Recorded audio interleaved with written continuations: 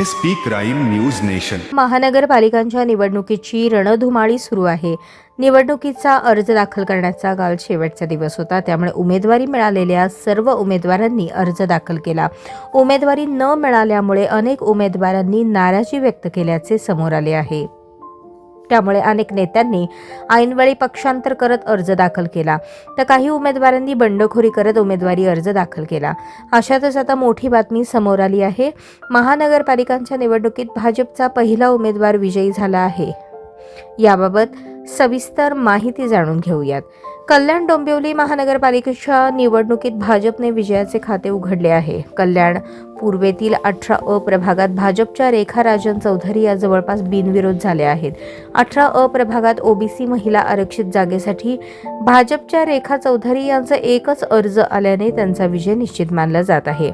उद्या कागदपत्र पडताळणी होणार असून त्यानंतर विजयाची घोषणा होण्याची शक्यता आहे.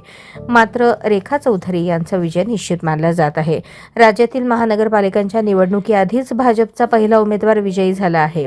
भाजप प्रदेशाध्यक्ष रवींद्र चव्हाण यांच्या विशेष प्रयत्नांना यश आले आहे. भाजपच्या रेखा राजन चौधरी या नगरसेविकेची बिनविरोध निवड झाली आहे.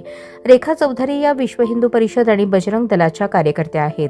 रेखा चौधरी यांचा विजय हा हिंदुत्वाचा पहिला विजय आहे, अशी भाजपने प्रतिक्रिया दिली आहे. रेखा राजन चौधरी या भाजपच्या कल्याण विभागाच्या महिला मोर्चाच्या जिल्हाध्यक्ष आहेत. आता कल्याण डोंबिवली महापालिकेत प्रभाग क्रमांक 18 मधून त्यांची बिनविरोध निवड झाली आहे. यासह कल्याण डोंबिवली महापालिकेत भाजपने खाते उघडले आहे, त्यामुळे सगळीकडे आनंदाचे वातावरण आहे. दरम्यान आता 31 तारखेला कागदपत्रांची पडताळणी झाल्यानंतरही काही उमेदवार बिनविरोध होण्याची शक्यता आहे.